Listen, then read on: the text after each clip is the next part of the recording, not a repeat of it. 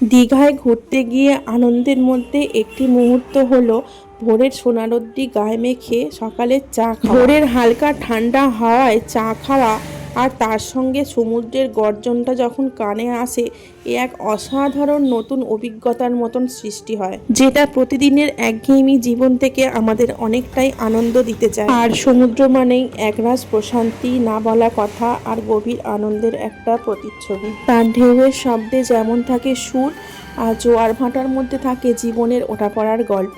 অনেকেই কিন্তু সমুদ্রের পাশে দাঁড়িয়ে আবেগে ভেসে যায়, আবার অনেকে কিন্তু খুঁজে পায় তার জীবনের হারিয়ে যাওয়া অংশটুকু।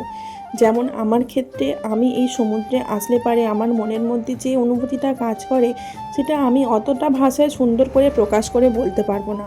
মন খারাপ হোক, মন ভালো হোক, সমুদ্রে আসলে আমার কিন্তু মনের মধ্যে অন্য ভালো লাগা কাজ করে, যেটা আমি কারোর সঙ্গে মিলোতে পারি না।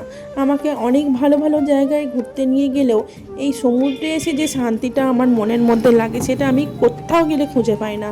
আমি গেছি কয়েকবার বেশ ভালো ভালো জায়গায়, সেখানে অ্যাডজাস্ট করতে কিন্তু আমি একদমই পারিনি। তো আমি সমুদ্রটাকেই আমি ভালোবাসার জায়গা হিসাবে বেছে নিয়েছি, আর এটাকেই ভালোবাসার জায়গার মধ্যে রাখতে চাই। তো দেখো সকাল সকাল কীরকম ঢেউ খেলছে আমার সোনামা, আর এটা দেখে আমার মনের মধ্যে ভীষণ ভালো লাগছে।